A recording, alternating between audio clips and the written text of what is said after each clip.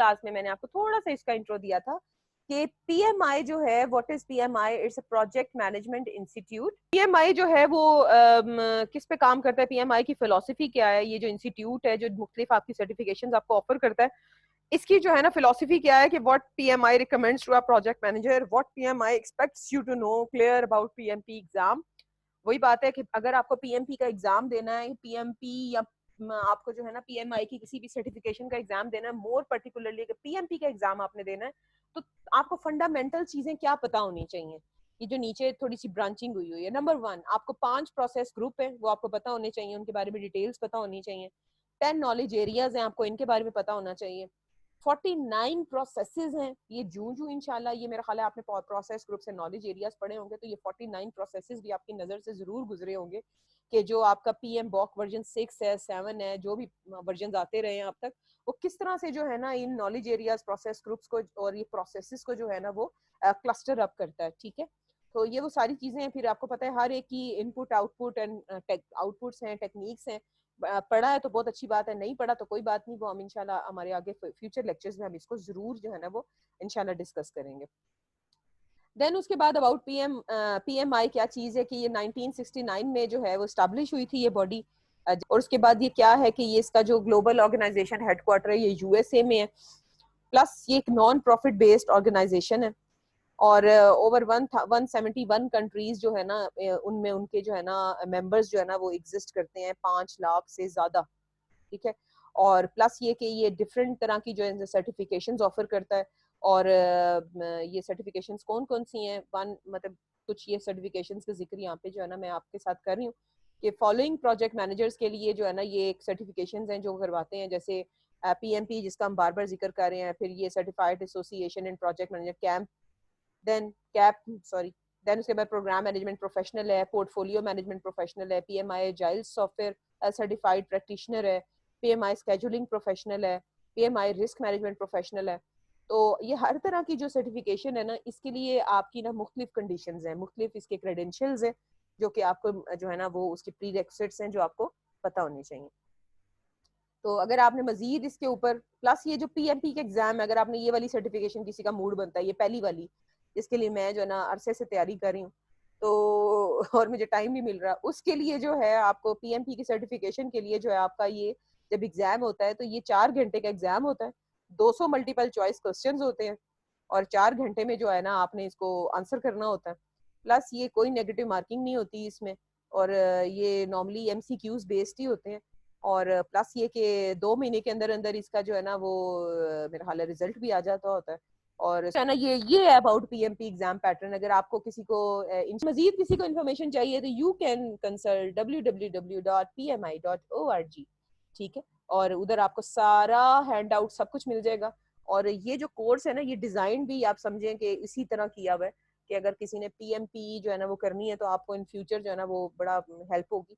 और प्लस ये कि बहुत सारी स्टूडेंट जो है वो एमएस करती हैं प्रोजेक्ट मैनेजमेंट में आगे जाके, तो ये बहुत सारे फंडामेंटल जो है ना आपको उधर जो है ना बड़े काम आएंगे अगर एमएस किसी का मूड बन गया प्रोजेक्ट मैनेजमेंट में करने का। It's a very good field. Okay, PMBOK का स्टडी गाइड स्ट्रक्चर। ठीक है, PMBOK stands for project management body of knowledge. Body of knowledge सोचें मतलब क्या मतलब है इसका कि नॉलेज का बॉडी है पूरी।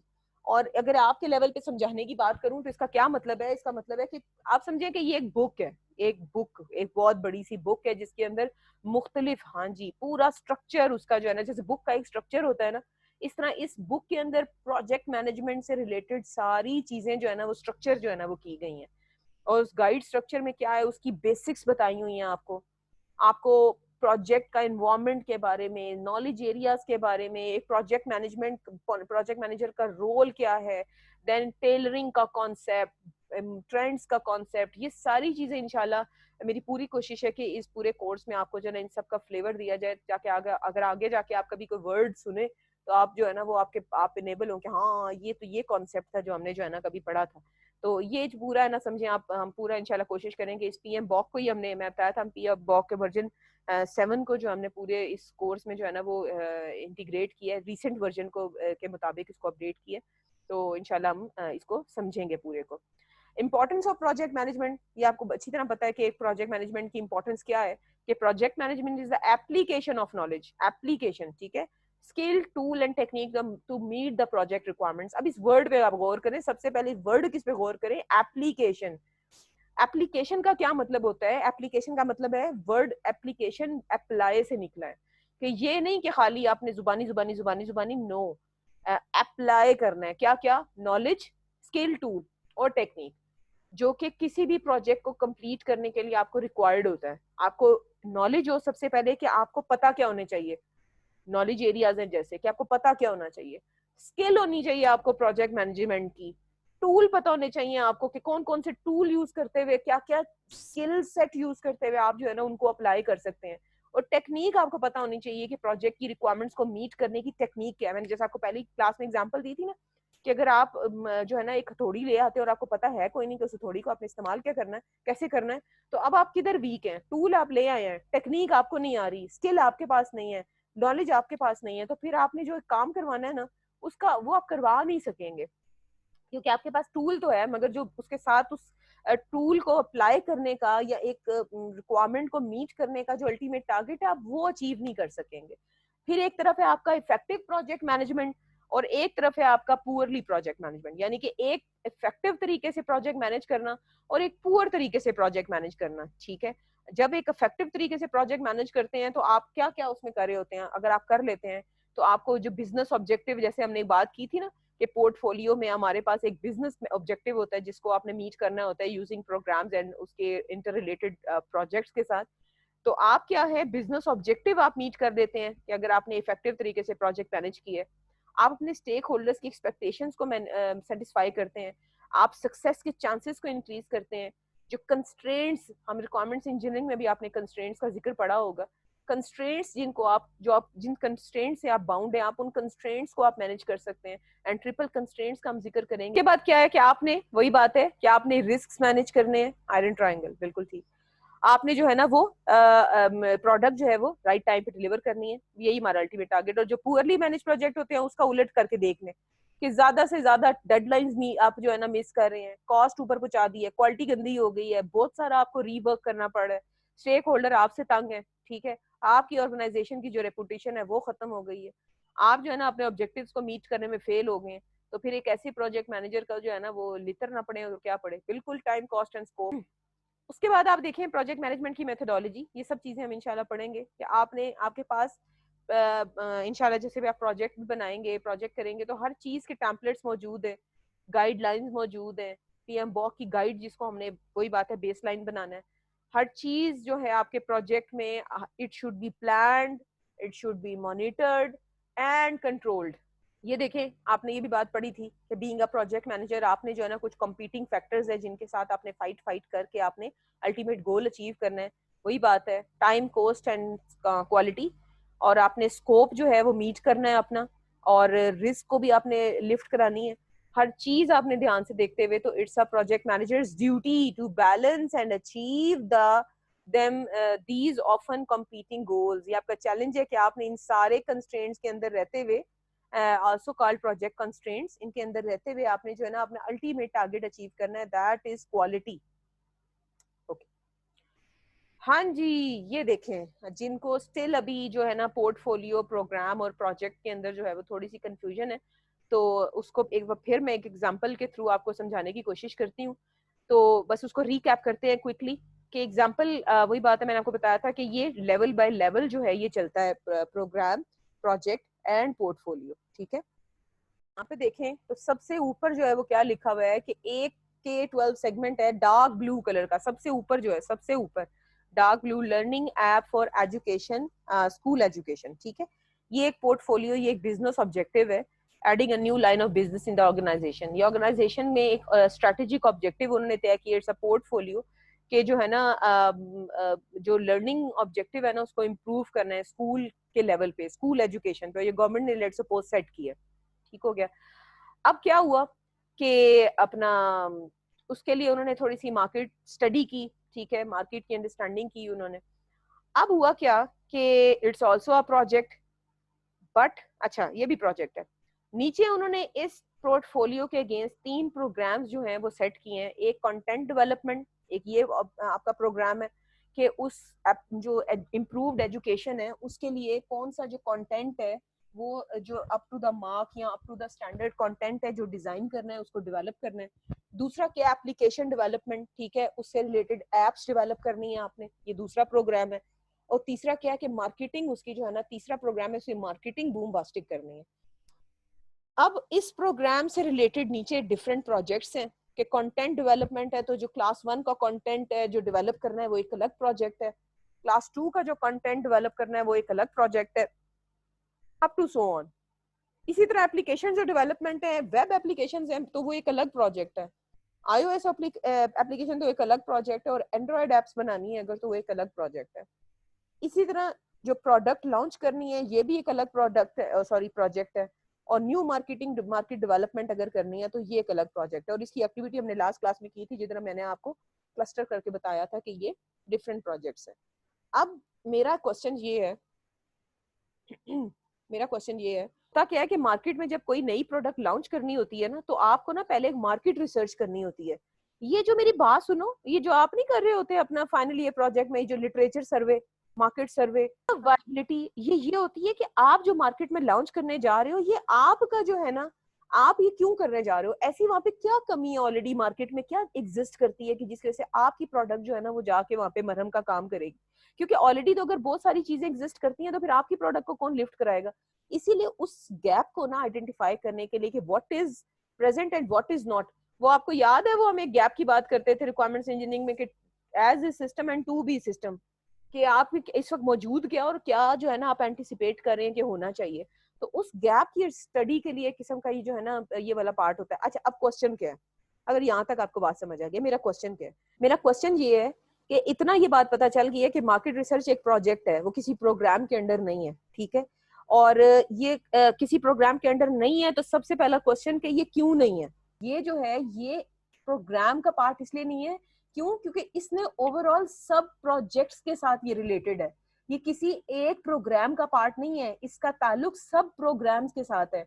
देखिए मार्केट रिसर्च करनी पड़ेगी आपको कंटेंट डेवलपमेंट के लिए भी, मार्केट रिसर्च आपको करनी पड़ेगी ऐप डेवलपमेंट के लिए भी, मार्केट रिसर्च करनी पड़ेगी आपको इट सेल्फ मार्केटिंग के लिए भी। तो ये किसी एक के साथ, किसी एक प्रोग्राम का पार्ट नहीं है, किसी पर्टिकुलर उसके साथ स्टिक्ड नहीं है, ये सबके साथ है। दूसरा क्वेश्चन ये है कि अगर ये सबके साथ है, ठीक है, तो ये जो है ये किसी, हमने इसे किसी प्रोग्राम के अंदर नहीं डाला तो ये, मगर स्टिल ये एक पोर्टफोलियो का हिस्सा है ये प्रोजेक्ट। इज इट राइट और नॉट? मैंने बताया था कि कुछ प्रोजेक्ट्स जो हैं वो क्या है, प्रोग्राम का पार्ट नहीं होते बट ओवरऑल वो पोर्टफोलियो का पार्ट होते हैं। पोर्टफोलियो में ग्रुप ऑफ प्रोग्राम या ग्रुप ऑफ प्रोजेक्ट्स होते हैं तो ये पोर्टफोलियो में भी आता है। हाँ देखा, तो ये क्या है, ये अब ये एग्जांपल से आपको मेरा ख्याल है सबको मजीद क्लियर हो गया होगा कि प्रोग्राम, पोर्टफोलियो और प्रोजेक्ट में जो है वो क्या फर्क होता है, ठीक है। अब ये देखें, अब एक चीज हमने पढ़ी थी और ये देखें यहाँ पे क्या लिखा हुआ है, मल्टीपल इंटर रिलेटेड प्रोजेक्ट्स। ये जितने भी प्रोजेक्ट्स हैं ना, ये अलग से, ये नहीं कि ये प्रोजेक्ट उसके साथ कम्युनिकेट नहीं करेगा, वो वाला प्रोजेक्ट इसके साथ कम्युनिकेट नहीं करेगा, ये इंटर रिलेटेड है। इसीलिए आप देखें इन सारे प्रोजेक्ट्स को उन्होंने डॉटेड लाइन से जो है वो इकट्ठा किया है। क्या ये क्यों किया है डॉटेड लाइन से इकट्ठा? क्योंकि ये इंटर रिलेटेड है, ये इन प्रोग्राम्स के ऑब्जेक्टिव्स को, आपको याद है ना क्या होता था, ऊपर से नीचे आए या नीचे से ऊपर जाए, हर लेवल पे एक ऑब्जेक्टिव सेट होता है। अब ये बात भी गौर से सुनिएगा, पोर्टफोलियो लेवल पे जो बिजनेस ऑब्जेक्टिव, जो ग्रैंड लेवल के ऑब्जेक्टिव सेट होते हैं, जो ऑर्गेनाइजेशन के बिजनेस गोल सेट होते हैं, उनको सेटिस्फाई करते हैं आपके प्रोग्राम्स, और जो प्रोग्राम्स के ऑब्जेक्टिव्स होते हैं उनको सेटिस्फाई करते हैं उनके अंडरलाइन प्रोजेक्ट्स, ठीक है। मैं नीचे से ऊपर जाती हूँ, एक टॉप डाउन अप्रोच होती है, एक बॉटम अप अप्रोच होती है। अब बॉटम से अप की तरफ जाएं तो क्या है कि जो प्रोडक्ट्स, सॉरी जो नीचे प्रोजेक्ट्स हैं वो इंटर रिलेट करते हैं to meet the strategic objectives set by programmes, and जो प्रोग्राम्स जो हैं वो कंप्लीट करते हैं अपना काम to satisfy the strategic objectives of your portfolios, ठीक है। तो फिर ये ऊपर से नीचे, नीचे से ऊपर, ये हर लेवल जो है ये किसी ऑब्जेक्टिव को जो है ना वो मीट कर रहा होता है।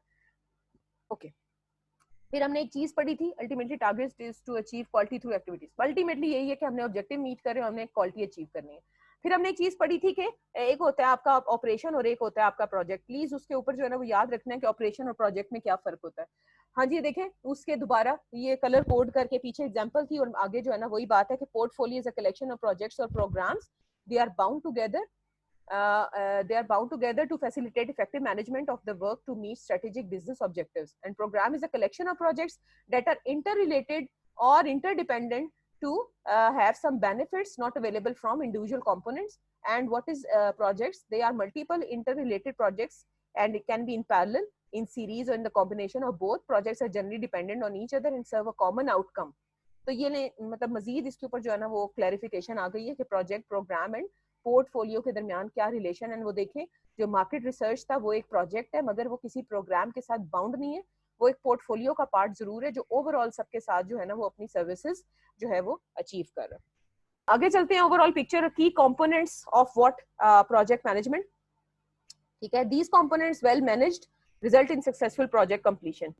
अब क्या है कि पीएम बॉक की गाइड की कंपोनेंट्स, पीएम बॉक की जैसे कहते हैं ना की कंपोनेंट्स, की टर्म्स, जब रिसर्च में बात करते हैं की टर्म्स या की कंपोनेंट्स, तो ये जो आपको लेफ्ट हैंड साइड पे नजर आ रहा है, मैं बोल भी देती हूँ अगर नजर नहीं आ रहा सही तरह, तो एक तरफ लिखा हुआ है project life cycle, project phase, phase gate, project management processes, project management process groups, project management knowledge areas. ठीक है, तो ये जो है की कंपोनेंट्स है। एक जो चीज है वो आपने ऐसे आपको याद होगा कि आप लोग, मैंने आपको ये टास्क भी दिया था कि आपने पढ़ के आना है क्या, प्रोसेस ग्रुप्स और नॉलेज एरियाज के बारे में। ठीक है, तो थोड़ी देर के लिए होल्ड करें, अगली क्लास में इस पे बात करेंगे। तो जो प्रोजेक्ट लाइफ साइकिल होता है, आपको याद है प्रोजेक्ट डेवलपमेंट लाइफ साइकिल या सॉफ्टवेयर डेवलपमेंट लाइफ साइकिल आप पढ़ते होते थे सॉफ्टवेयर इंजीनियरिंग में। ठीक है, वो क्या होता था, series of phases that a project passes through from its start to its completion. वो याद है आपको, feasibility, analysis, requirements, design, testing, coding, in deployment, maintenance phases से गुजर के जो है आपका सॉफ्टवेयर जो है वो फिर complete होता है। that is a particular project phase. Then there is a phase gate. वो जैसे हम कहते होते थे क्वालिटी इंजीनियरिंग में एक चेक पॉइंट्स आते हैं, कुछ गेट्स आते हैं, कुछ रिव्यू पॉइंट्स आते हैं, जिधर आप ये डिसाइड करते हैं गो और नो गो कि अब आपको जो है मजीद आगे लेके जाना है अपने काम को या नहीं लेके जाना, अगले फेज तक जाना है आपने या नहीं जाना। और यही रप में आपको याद है हर एक फेज के बाद एक डिसीजन होता था, एक माइलस्टोन अचीव करते थे आप लोग। अगर आपका माइलस्टोन अचीव हो जाता है तो फिर आप आगे जाते हैं, नहीं होता तो फिर आप उसी स्टेज पे रहते हैं। तो ये आप इस तरह के आपके जो है ना वो phase gates and check points हैं। देन उसके बाद प्रोजेक्ट मैनेजमेंट के प्रोसेसेस, वही बात है कि आपके एक सिस्टमैटिक तरीके से एक्टिविटीज जो कि आपके एक इंसेप्शन से लेके till the release of your product जो है आप फॉलो करते हैं, that is a project management processes. और ये भी आगे अभी जब हम process groups and knowledge areas पढ़ेंगे और वो जो पूरा जो एक मैप है, माइंड मैप, वो हम डिस्कस करेंगे तो भी आपको मजीद क्लियर होगा। तो ये समराइज कर रहा है, समझे समराइज क्या, ये एक प्रीव्यू है आगे के टॉपिक्स का जो कि आ रहे हैं। प्रोजेक्ट मैनेजमेंट प्रोसेस ग्रुप्स, वही बात है, ये भी आपको पढ़ने को मैंने दिया था कि आपका क्या है, it's a logical grouping of project management processes, जिसमें हर एक प्रोसेस का जो है कुछ इनपुट है, कोई आउटपुट है और कोई टेक्निक है जो उसके अंदर यूज हो रही है, इसको भी हम देखेंगे। एंड प्रोजेक्ट मैनेजमेंट के नॉलेज एरियाज, ये की एरियाज हैं जिनको आपने अपने प्रोसेस ग्रुप्स के अंदर जो है ना आप इन अ पर्टिकुलर फैशन जो है ना आप केटर करते हैं। अभी आपकी राइट हैंड साइड पे जो स्क्रीन है ये इसी को जो है वो थोड़ा सा पिक्टोरियल फॉर्मेट में आपको बता रही है कि ऊपर आ रहा है आपका प्रोजेक्ट का लाइफ साइकिल, ये जरा जेनेरिक स्टेप्स लिखे हैं उन्होंने, वरना तो आपको पता है कि फिजिबिलिटी स्टडी होती है, रिक्वायरमेंट एनालिसिस होता है, डिजाइन होता है, कोड होता है, मेंटेन होता है, क्लोज होता है, सब कुछ होता है। तो इसको जो है उन्होंने थोड़ा सा जेनेरिक कर दिया कि स्टार्ट हो रहा है, प्लान हो रहा है, कैरी आउट हो रहा है, प्रोजेक्ट फिनिश हो रहा है। ठीक है, और बीच में जो लाइनें हैं इसकी, ये क्या है, ये आपकी ये वो है आपके गेट्स हैं, चेक पॉइंट्स हैं, जहाँ पे ये डायमंड सिंबल बना हुआ है। और नीचे जो ब्लू लाइन है वो एक लंबी सी जो लाइन जा रही है, it's a time line, project की टाइम लाइन। और नीचे वाली जो पूरा ब्लॉक है उसमें प्रोसेस ग्रुप और नॉलेज एरियाज को आप डिफाइन करें कि प्रोसेस ग्रुप्स जो है वो इनके साथ रिलेटेड है, कि जो प्रोसेस ग्रुप्स हैं, हर एक प्रोसेस ग्रुप जो है वो हर एक फेज के अंदर हो सकता है। ठीक है, आप रिक्वायरमेंट की स्टेज पे हैं तो आप अपनी रिक्वायरमेंट्स को इनिशिएट भी कर रहे होंगे, प्लान भी कर रहे होंगे, एग्जीक्यूट भी कर रहे होंगे, कंट्रोल भी कर रहे होंगे, फिर एक टाइम आएगा कि रिक्वायरमेंट्स आपकी फिक्स हो जाएंगी, क्लोज हो जाएंगी। ठीक है, phase gate, what is a phase gate? Phase gate is a checkpoint. I'm repeating, phase gate is a checkpoint जहाँ पे आप ये डिसीजन लेते हैं कि आपने आगे जाना है या आपने नहीं जाना, आपने काम को आगे कंटिन्यू करना है, परस्यू करना है, या इसी स्टेज पे आपने दोबारा रहना है।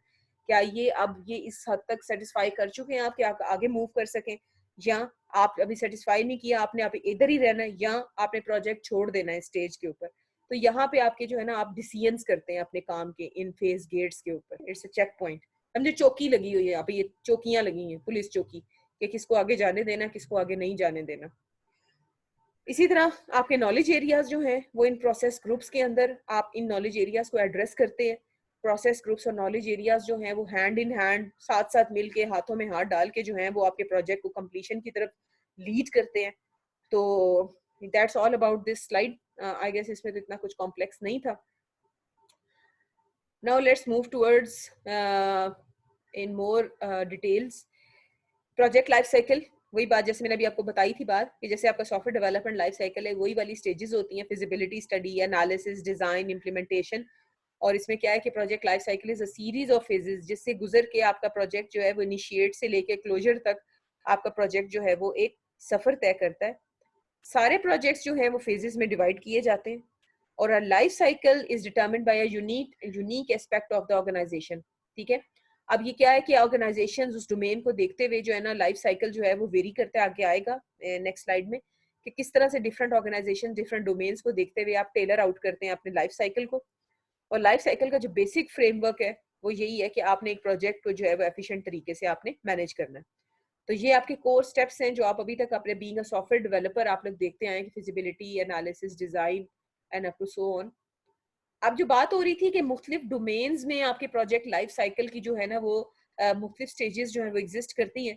आप लोग बीइंग आईटी स्पेशलिस्ट आप लोग जो करते आए हैं वो पहले वाला आपका कॉलम है कि आप लोग रिक्वायरमेंट्स गैदर करते थे।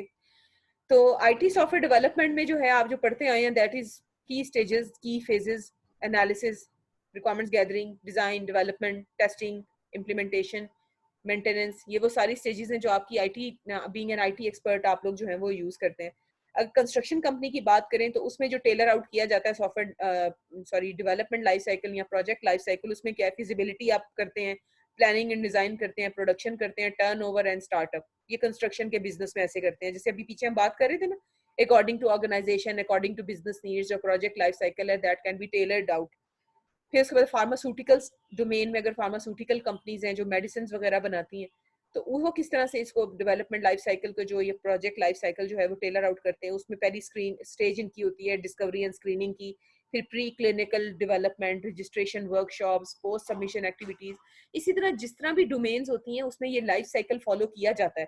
अभी आप लोग जो है उसको सॉफ्टवेयर डेवलपमेंट लाइफ साइकिल कहते हैं, ये लोग जो है ना इसको प्रोजेक्ट लाइफ साइकिल कहते हैं। हो सकता है कंस्ट्रक्शन वाले अपना उन्होंने कोई नाम रखा हो इस लाइफ साइकिल का, बट ओवरऑल इसका जो एक जेनेरिक नाम जो कह ले कि समझा जाता है वो क्या है, आपका प्रोजेक्ट लाइफ साइकिल। ठीक है, कि जो एक ओवरऑल जेनेरिक नाम रख दिया गया इस पूरी चीज का, उसका क्या नाम रख दिया गया, प्रोजेक्ट लाइफ साइकिल। हम आईटी एक्सपर्ट जो लोग हैं उसको हमने टेलर आउट करके क्या बना दिए कि होती एक ही चीज है, होती एक ही चीज है, बिल्कुल होंदा वही है। आहो बस कन इथों फड़ लो या कान उथों फड़ लो, आहो आहो आहो, it produces products. Okay, fine. Then उसके बाद हम थोड़ा आगे चलते हैं। Then phase to phase relations, इतना पता चल गया कि प्रोजेक्ट के लाइफ साइकिल में आपके फेजेस होते हैं और फेज टू फेज रिलेशन है। ठीक है, एक फेज से दूसरे फेज का कोई रिश्ता है, ये रिश्ता क्या कहलाता है। तो ये देख लेते हैं कि दो तरह के जो हैं basic type of phase to phase relationships हैं। एक है आपका सीक्वेंशियल, एक है आपका ओवरलैपिंग। कि सीक्वेंशियल क्या है कि आपका नेक्स्ट फेज तभी स्टार्ट होगा जब पिछला फेज जो है आपका कंप्लीट हो जाए। ये कौन है आपका सीक्वेंशियल, या phase can only be started once the previous phase is completed. And overlapping is what? A phase starts prior to completion of the previous stage, fast tracking. Overlapping phase में increases can result in rework. कि पिछले के ऊपर dependent किस तरह के पिछला complete होगा तो आगे चलेंगे और प्रोजेक्ट का हर फेज प्रोसेस ग्रुप से पास होगा। बिल्कुल प्रोसेस ग्रुप्स वही बात है, प्रोसेस ग्रुप अभी डिस्कस करेंगे तो आपको पता चलेगा कि प्रोसेस ग्रुप उसको क्यों कह रहे हैं, क्योंकि उसके अंदर मल्टीपल जो प्रोसेसेस हैं वो क्या हुए में क्लस्टर हुए में। ठीक है, तो वो आपको मजीद इंशाल्लाह क्लैरिफिकेशन आएगी। एंड ओवरलैपिंग वही बात है कि आप ओवरलैप करते हैं, आप पीछे जाते हैं आगे आते हैं, पीछे जाते हैं आगे आते हैं। तो ये वाली चीजें जो हैं ये किसके जिम्मे में आती हैं, ओवरलैपिंग के जिम्मे में आती हैं। अच्छा जी, अब नेक्स्ट मूव करते हैं हम project versus product life cycle. ठीक है, ओके। तो हो क्या रहा है कि न्यू प्रोडक्ट, एक तो वर्ड उसने लिखा हुआ है न्यू प्रोडक्ट, और दूसरा जो गौर करने वाली बात है वो ये है कि it's a could be a project in its जात। ठीक है। न्यू प्रोडक्ट का क्या मतलब है कि एक ऐसी प्रोडक्ट है जो एक नई है, अपनी अपनी जात में नई है, जो ऑलरेडी कभी एग्जिस्ट नहीं करती है, उस जैसा कुछ एग्जिस्ट नहीं करता, तो उसकी जो डेवलपमेंट है उसको आप एक प्रोजेक्ट कह रहे हैं। हाँ जी, क्यों? उसकी वजह ये है कि हर प्रोजेक्ट के एंड में हम कहते हैं कि एक प्रोडक्ट जो है वो डिलीवर होती है, ठीक है। और एक प्रोडक्ट को डेवलपमेंट स्टेज पे, यानी कि एक प्रोडक्ट का जो डेवलपमेंट स्टेज है, उस डेवलपमेंट को करने की जो स्टेज को हम क्या कहते हैं? प्रोजेक्ट कहते हैं। अब अगर फॉर एग्जांपल अगर हम इस डायग्राम पे जाए ना, ये वाली जो आगे वाली डायग्राम थी, मोनालिसा कहाँ से आ गई है, ये वाली डायग्राम पे अगर आप जाए ना, वैसे बाकी जो डिफरेंसेस है वो आपने सारे जो है वो क्लियर कर दिए हैं कि जो ये प्रोजेक्ट लाइफ साइकिल है वो जो है वो मल्टीपल प्रोडक्ट लाइफ साइकिल जो है वो मल्टीपल प्रोजेक्ट जो है वो क्रिएट करती है। project life cycle is divided into phases to much more understanding for much more क्या लिखा हुआ है? much better management control and phases in project life cycle are normally sequential। अभी ये देखें, ये जो नीचे डायग्राम है ना, ये आपको इसका बिल्कुल सही फर्क क्लियर करेगी कि आप देखें सबसे पहला जो स्टेज थी एक प्रोडक्ट लाइफ साइकिल में, ये पूरी डायग्राम जो है ये प्रोडक्ट लाइफ साइकिल की डायग्राम है। ये टाइमलाइन कहाँ से शुरू हो रही है? ये टाइमलाइन शुरू हो रही है प्रोडक्ट आइडिएशन से शुरू हो रही है ये टाइमलाइन। ये जो बिल्कुल स्टार्ट में एक बल्ब जल रहा है ना, बिल्कुल स्टार्ट में एक छोटा सा मुन्ना सा बल्ब जल रहा है, यहाँ से जो है ना, यहाँ से इसका जो है ना प्रोडक्ट का जो है ना आपका स्टार्ट हुआ है। उसके बाद प्रोडक्ट की डेवलपमेंट स्टेज आ गई है। इसके अंदर जो है ना प्रोजेक्ट का लाइफ साइकिल जो है ना उन्होंने ना आपको जूम इन करके दिखाया कि अब प्रोजेक्ट की डेवलपमेंट है तो इसके अंदर वही होगा, प्रोजेक्ट के जो फेजेस होते हैं कि उसने प्लान भी होना है, उसने इनिशिएट भी होना है, उसने एग्जीक्यूट भी होना है, उसने क्लोज भी होना है, ठीक है। हाँ, और उसके बाद क्या है? उसकी इंट्रोडक्शन इन मार्केट हो जाती है। आप इंट्रोड्यूस कर रहे हैं, बिल्कुल बिल्कुल सही कह रहे हैं आप लोग, इंट्रोड्यूस कर रहे हैं आप इन मार्केट। फिर जैसे जवेरिया और आप लोग बाकी सारे कमेंट कर रहे हैं कि एक ग्रोथ का टाइम आता है। फिर जैसे अभी समीन बता रही है कि जब ग्रोथ होती है तो आहिस्ता आहिस्ता मिच्योर होता जाता है, एक पीक आता है। जब भी कोई प्रोडक्ट मार्केट में लॉन्च होता है ना, वो कहते हैं ना हर अरूज को एक जवाल है, फिर एक अरूज आता है उसके ऊपर। आहिस्ता आहिस्ता आहिस्ता आहिस्ता वो जब उसके कॉम्पिटिटर्स आने शुरू हो जाएं और आप उन कॉम्पिटिटर्स को देखते हुए उसको अपडेट नहीं करते, तो आहिस्ता आहिस्ता वो चीज जो है ना वो डिक्लाइन की तरफ मूव होती है और फिर आहिस्ता आहिस्ता वो जो प्रोडक्ट है ना वो रिटायर हो जाता है। तो क्या है कि ये एक फिर उसकी एक एंड ऑफ लाइफ, बिल्कुल एक खत्म हो जाता है वो प्रोडक्ट मार्केट से जो है ना, वो सेल्स पीक पे होती है मेजोरिटी में, बिल्कुल ऐसे ही है। तो वो बिल्कुल एट द एंड जाके ना वो बिल्कुल उसकी डेड हो जाता है वो प्रोडक्ट। अब अगर फॉर एग्जाम्पल जैसे अब आप बात कर रहे हैं कि आपने उसको जो है ना मार्केट में सस्टेन भी करना है, ये बात भी आपने जरूर पढ़ी होगी कि मल्टीपल प्रोजेक्ट्स हो सकते हैं एक प्रोडक्ट लाइफ साइकिल में। उसका क्या मतलब है? उसका मतलब ये है कि अगर फॉर एग्जांपल आपने एक प्रोजेक्ट है उसको जिंदा रखना है, उसको आपने जो है ना मार्केट में उसको हयात रखना है, और कहते हैं कि आप उसकी मार्केट जो है वो लूज ना हो, लोग उसको इस्तेमाल करते रहे, तो फिर आप क्या करेंगे कि मल्टीपल प्रोजेक्ट लाइफ साइकिल उसके ऊपर अप्लाई करेंगे। जैसे फॉर एग्जांपल उसको अगर आपने रीमॉडल करना है, उस प्रोडक्ट को रीमॉडल करना है, उसकी रीमॉडलिंग भी एक प्रोजेक्ट होगी। उसको अगर आपने डिमोलिश करके फिर दोबारा से एक नए रिक्वायरमेंट्स के साथ आपने उसको बनाना है, आपने उसको मजीद अपग्रेड करना है, तो वो क्या होगी? वो भी एक प्रोजेक्ट होगी। तो एक प्रोडक्ट को मतलब कह लें कि ऑपरेशनल रखने के लिए भी जो है ना आपको मल्टीपल प्रोजेक्ट्स जो है ना वो एग्जीक्यूट करने पड़ सकते हैं। कि अगर एक प्रोडक्ट मार्केट में नया है ना, तो वो उसकी जो कंप्लीशन है वो itself could be a project, ठीक है। उसकी जो उसकी मेंटेनेंस और उस तरह की जो एक्टिविटीज है they are operation, part of operation. मगर अगर कोई चीज ऑब्सोलीट हो रही है मार्केट में, तो जब आपको एक ग्रैंड बिग बैंग किस्म का उसके अंदर चीजें ऐड इन करके आप उसको दोबारा लाइव करने की कोशिश कर रहे हैं, तो वो इटसेल्फ एक प्रोजेक्ट है, समझे। तो अगर मैं समराइज करूं तो आप लोगों को ये क्लियर है ना फर्क, project life cycle and product life cycle समझ आ गई है? चलो वेरी गुड हो गया, जबरदस्त हो गया। ओके अच्छा जी, आगे चलते हैं। इंक्रीमेंटल और आइटरेटिव डेवलपमेंट। आपको याद होगा कि मेरा ख्याल है सॉफ्टवेयर इंजीनियरिंग में मैंने आपको ये मोनालिसा दिखाई थी, याद है आपको? सॉफ्टवेयर इंजीनियरिंग के जमाने में इस मोना लजीजा को हमने जो है ना देखा था। ये मोना लजीजा जो है ये बड़ी जबरदस्त एग्जांपल है इंक्रीमेंटल और आइटरेटिव की, मुझे पर्सनली बड़ी पसंद है। तो ये क्या एग्जांपल है कि इंक्रीमेंटल के केस में आप क्या करते हैं कि आप जो है ना एक चंक उठाते हैं, छोटा चंक, उसको जो है ना आप कंप्लीट करते हैं और उसको फिर आप डिलीवर करते हैं। इसी तरह चंक बाय चंक आप अपना पूरा पूरा चंक जो है ना कंप्लीट करते हैं और आप डिलीवर करते चले जाते हैं। और अब अगर आइटरेटिव की बात करें तो आइटरेटिव का फैशन क्या है कि आइटरेटिव में पैटर्न ये होता है कि आप पहले एक रफ सा स्केच बनाया आइटरेशन नंबर 1 में। ये आइटरेशंस हैं, याद है ना आपको? 1 2 3 का क्या मतलब है? दीज आर आइटरेशंस, जो आपकी साइकिल्स जो चलते हैं, ठीक है। और जो आपका ये है दूसरा आइटरेटिव प्रोसेस है, इसमें क्या है कि पहली वाली आइटरेशन में, पहले वाले साइकिल में आपने एक रफ सा स्केच बनाया ओवरऑल, उसके बाद आपने क्या किया, उस रफ से स्केच में थोड़ा सा मजीद ब्यूटी, थोड़ा सा मजीद रिफाइनमेंट आपने की है, हल्का हल्का सा शेडेड कर दिया काम, और थर्ड आइटरेशन में आपने कंप्लीट जो है ना वो फोटो बना दी है। तो अब आपको पता है कि ये हो गई इंक्रीमेंटल और ये हो गई आइटरेटिव। और जो एजाइल है, एजाइल आपको पता है वो दोनों है, इंक्रीमेंटल एंड आइटरेटिव। एजाइल को लेके वर्ड हमेशा यूज किया जाता है कि इट्स इंक्रीमेंटल एंड आइटरेटिव। तो ये एजाइल को अगर आप इसी फोटो के थ्रू, मोने लजीजे के थ्रू आप अगर इसको जो है ना वो रिप्रेजेंट करने की कोशिश करें तो कुछ इस तरह की फोटो बनती है। हमने क्या किया है, उस इंक्रीमेंटल और आइटरेटिव को समझो कि यहाँ से जो दो फोटोएं थी ना, दो पार्ट्स थे इंक्रीमेंटल और आइटरेटिव के, इंक्रीमेंटल को मैंने आइटरेटिव के जो है ना मैंने ऊपर रख दिया। तो अब जो चीज बनी है वो एजाइल अप्रोच बनी है, ठीक है। कि अब एजाइल में क्या हो रहा है कि आप छोटे छोटे चंक्स में काम भी कर रहे हैं और आइटरेशंस भी चला रहे हैं।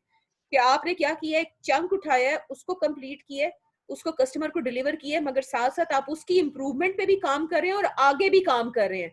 मर्ज कर दिया, बिल्कुल आपने मर्ज कर दिया है। आप उस इंक्रीमेंट में भी काम कर रहे हैं, उस इंक्रीमेंट को भी आप आइटरेटिवली इंप्रूव कर रहे हैं और आप कस्टमर को भी दे रहे हैं कि आप यूज करो और इसके ऊपर फीडबैक दो, मगर आप उससे अगले स्टेज की जो है ना वो रफ स्केचिंग भी आपने शुरू कर दी है।